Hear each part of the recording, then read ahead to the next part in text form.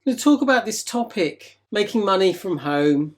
Is it possible? Now, for some of you, it might not be an option currently to be spending time on a project if you haven't got the time and energy. But for others, if you've got an hour a day that you could devote to a project, then it is possible for you to start working on something. When I had mecfs, didn't really think about how I could make money.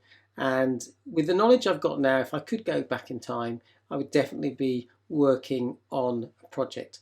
Okay. So just to be clear, I'm not a guru on making money from home, but I've learned a lot from entrepreneurs who've made money online. I'm not promising it'll be easy. And I would say beware of anyone who makes big promises. However, there are people making money, and there's some people making a lot of money. I'm not really a marketer. I've had to learn about marketing. I'm a hypnotherapist, coach, trained as a counsellor. So when I first started working as a practitioner, I didn't have to do any marketing because I was working at a clinic that was really busy. I was booked up for 3 or 4 months. I didn't really have to think about marketing. And it's only when I stopped working at that clinic that I really had to think about that. And I was kind of hesitant to put my head above the parapet, worried I'd get trolled, and I did. And actually, the less I worry about trolling, the less I get trolling. It may happen, but I'm now much more of the attitude that, if people want to engage with me in an adult, respectful way, I'm happy to have a discussion. If people just want to be a troll, then I'm not going to engage with that. And I'm sharing that because I know there are some people I've talked to who've talked about kind of doing online projects, which might mean creating videos, etc., but they have had that fear that if they put their head above the parapet, maybe they'll be attacked. And I remember an entrepreneur saying to me that, no matter how great you are, there are going to be a small percentage of people who still hate you, all right? And you only have to go onto YouTube, do a search for one of your favorite songs. And I think someone told me that they've taken away the thumbs down option. I'm not sure. I think that's the case. But, you'd see a fantastic piece of music and there are still, thousands of people who've given it a thumbs down. So you've got to get over that. And that's what I had to do. I want you to make a promise, which is that if I share some stuff today and you go and apply it, and successful, if you make £1 or $1 or whatever your currency is, then you let me know. And if you're super successful, you've got to share your secrets. Is that agreed? So there's a few people watching, so let me know if you agree with that. So why talk about this topic? Well, for a lot of people I talk to, it's frustrating not being able to work, not being able to earn money. It means you're more dependent. If you're on benefits, then Penny says yes. Thank you, Penny. Your benefits can be a bit scary if you get your benefits taken away. And what I'm not going to talk about too much because it's not my area of expertise. If you are on benefits, I'm not really going to talk about how you navigate earning money when you're on benefits and how you deal with that. It's not something I know anything about, so that's something you're going to have to think about yourself. Martina says yes as well. But, having no money or little money means less choices. You can't get the help you need. You can't pay for that program that you'd like to try or that treatment or get some one-to-one group coaching or home help, whatever it is, okay?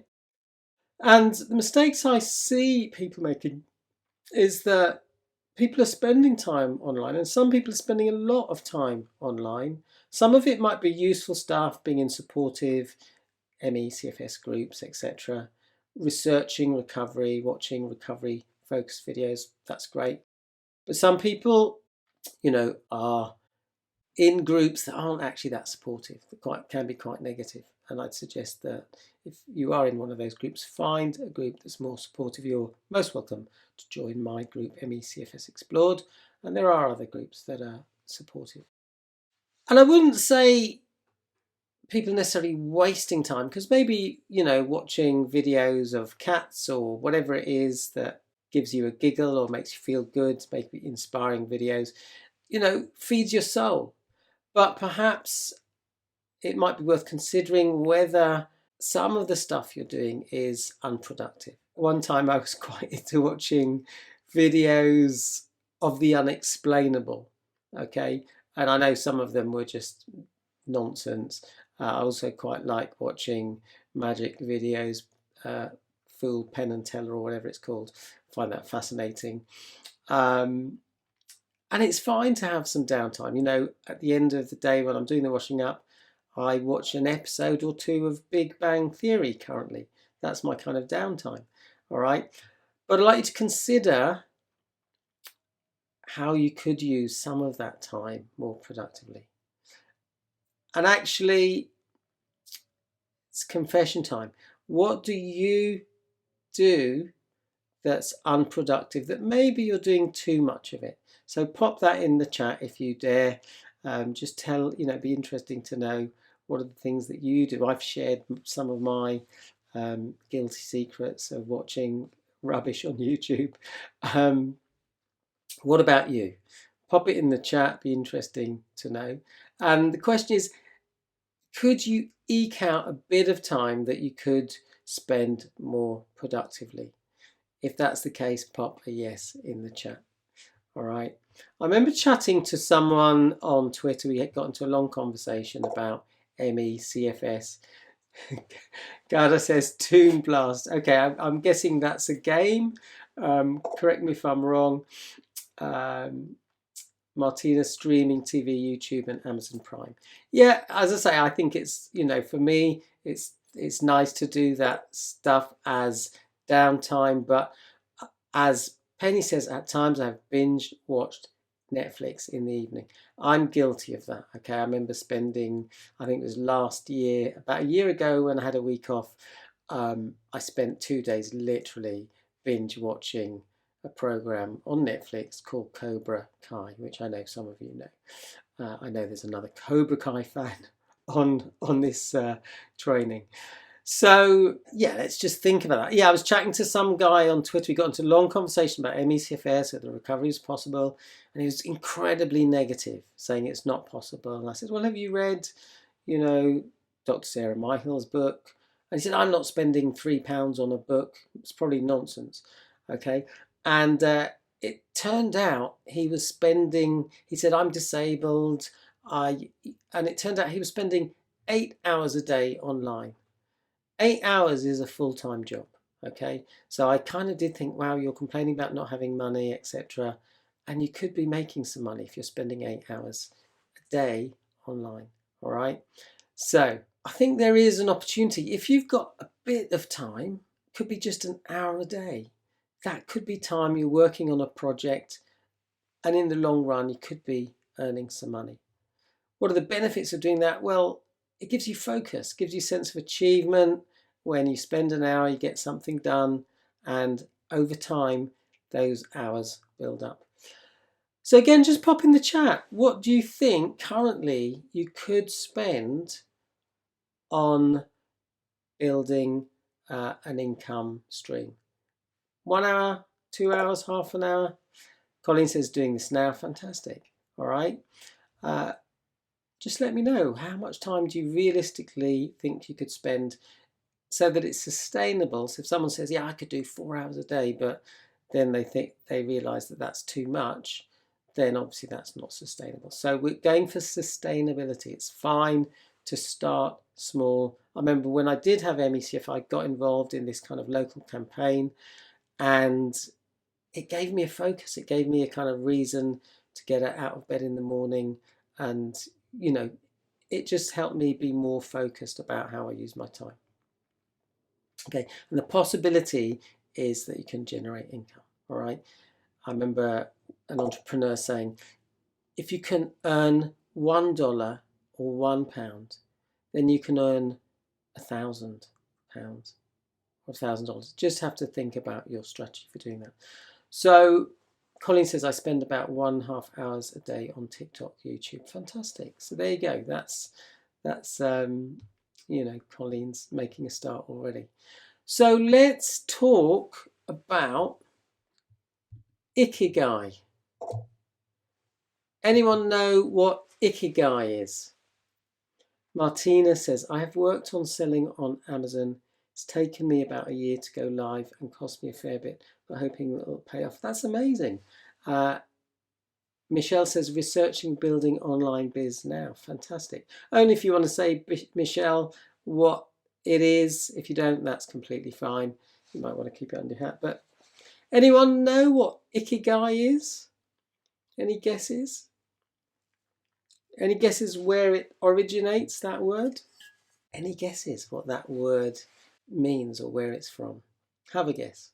All right, I'll tell you. It's a Japanese concept, and it translates roughly as a reason for being, or finding your reason to get out of bed in the morning. Penny says, is it Japanese? Martina, isn't that Japanese? Theory on cross between your passion and skills. Exactly right, Martina. So it's the intersection between what you love, what you're good at, what you can be paid for, and what the world needs. So, for example, if you're really good at rock, paper, scissors, you're an expert, you always win. That's great. You maybe you love doing it, you're good at it, but no, I'm suspecting no one's going to pay you to be a rock, paper, scissors instructor or coach. Okay. I remember reading this story or hearing this story about a woman who loved watching soaps. She spent all the time watching soaps. And I don't know if someone suggested it, but she came up with the idea of creating a magazine where she summarised what happened in each episode of a number of soaps. And it turned out that people wanted that product. So she got people subscribing and made a good business from doing that, okay? So, and if you think about, actually, I don't know if you have it in the US or Canada, let me know.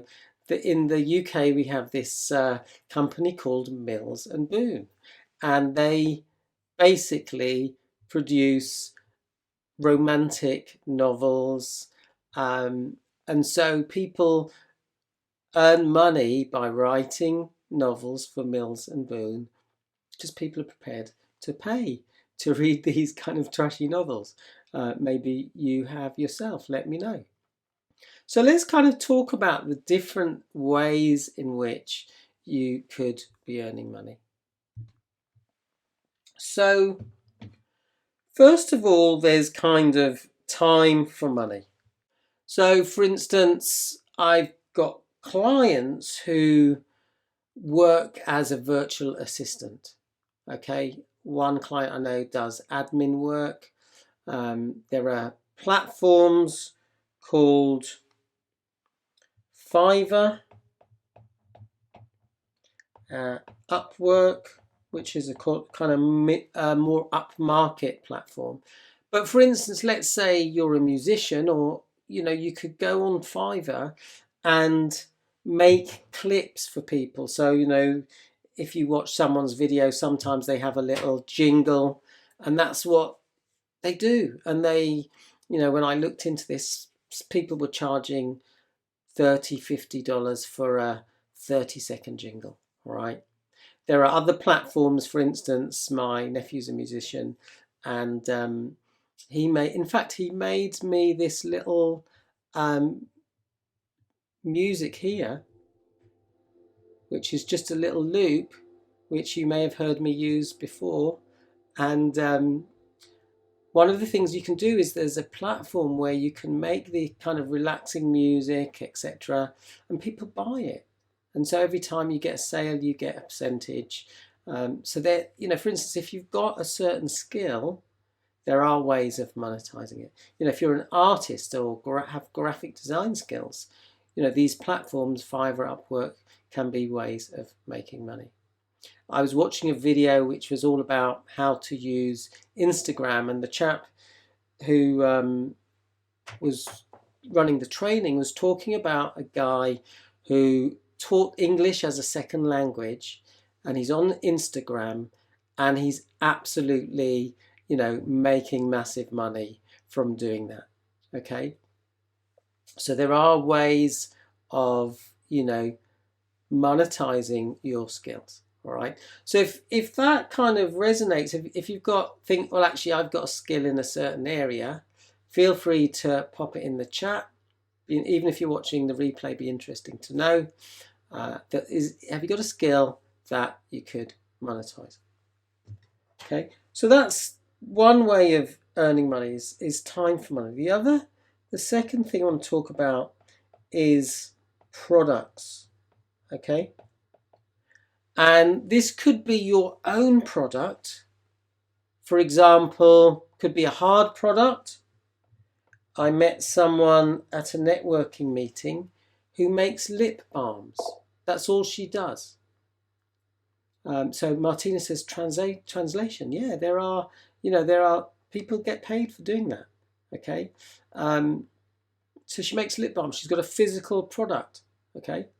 Now that might mean that there's some geographical limitations. She might just mostly sell her products in the UK because people might not pay shipping. Maybe they can buy similar products in other countries. All right, but that's one thing, a hard product. And then there's kind of soft products. So that could be an ebook or an online course. So for instance, there's a platform called Udemy, and people make courses, online courses, and they go on that platform and they get a percentage of the sales.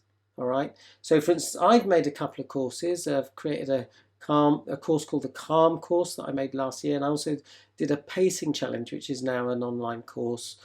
These are two products I made last year, and now I can sell them without having, all I have to do is the kind of marketing. All right.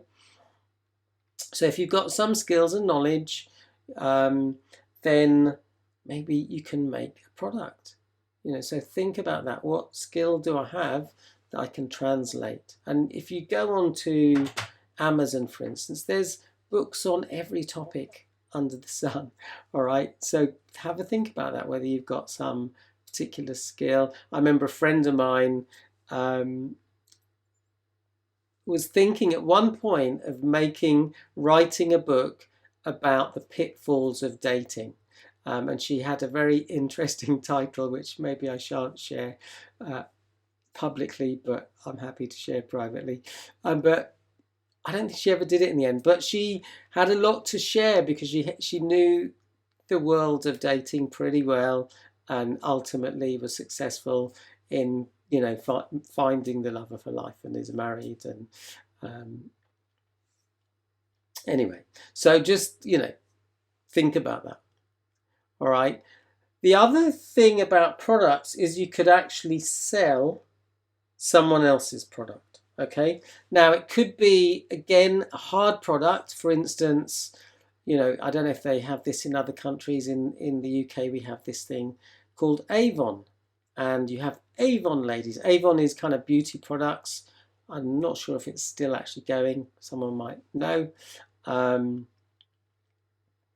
But basically, they hold parties like Tupperware parties. They have Avon parties, and they sell products. Now, to do that kind of business, kind of called network marketing, because you create a network, you have to be pretty good at that. You have to be pretty sociable person. And I remember when I had ME, I did actually think of the idea of selling this health product. It was a nutritional supplement. But actually what I realized is I'm not a big fan of, chatting to people at a party and saying, hey, I sell this product. So I kind of gave up on that idea because it wasn't my niche, if you like. Now there is also, in terms of selling other people's products, you could become an affiliate for a product. So for example, and I'll put the links below the video, there is a company called clickbank.com, and they are a platform for products. And some years ago, I kind of discovered this product I think it was called Be Irresistible. It seemed like I was working a lot at one point with women who wanted help, some men, but mostly women, with dating. And so, you know, I was looking at different products and I found this product and I thought, actually, it's a really good product. You know, maybe I should become an affiliate for it. And in the end, I decided not to, because I thought, actually, I need to focus my efforts on one thing rather than a few things, and decided to stay in the niche of working with people with ME, chronic fatigue syndrome. But, you know, if you find a product you like on ClickBank, you can become an affiliate. And they give you training about how to do that. I remember when I looked into it, they had this thing called ClickBank University, which you had to pay for. I think it was $100. But it gave you strategies for marketing. Okay, I don't know, you know, how the platform works now, because it's that was a while ago. But that's something you could check out. Okay, so clickbank.com. I will put the link below this video. All right, and whilst it's hard selling your own product from scratch, it's easier to sell someone else's product, especially if it's successful. And with ClickBank, you can see what products are successful. That does mean other people are going to be selling them. And I know that there are some people who make a lot of money selling other people's products. As I say, they kind of tell you how to do that. So Colin says, writing, speaking, starting patient resource mentoring. Yeah, fantastic. So in terms of other resources, okay, there is a chap called Anik Singhal, and he has a platform called Learn, L-U-R-N. Again, I'll put the link in the chat. And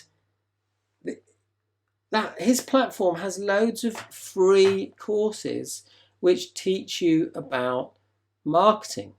Okay, so it's worth checking him out. At one point, I remember just watching a video about someone who did one of his free courses about selling products on Amazon, and within a few months was earning 10 grand a month. Obviously, that's the massive success story, and maybe not everyone's that successful. But it's worth checking out, because that's a free resource.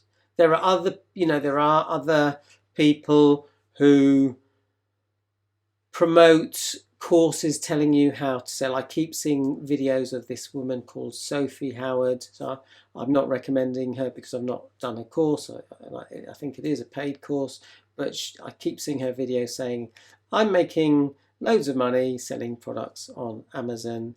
So my point is, there are resources out there. Some of them are free, some you have to pay for. If you don't want to, shell out money because you haven't got it at the moment, check out Anik Singhal, as I say, because his courses are free. If the idea of ClickBank is of interest, check it out. There's lots of courses on many topics. And basically the idea is, let's say I decide that I want to sell a self-defense course because I've done it and I think it's a good course.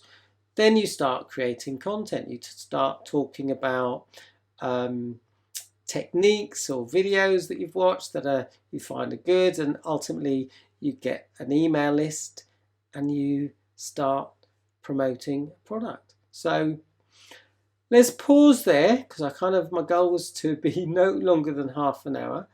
But feel free to pop in the chat, if this is not something you've thought about, what action are you going to take? And if it is something you're already kind of in motion, what's one takeaway, what's one action that you're going to take from this conversation?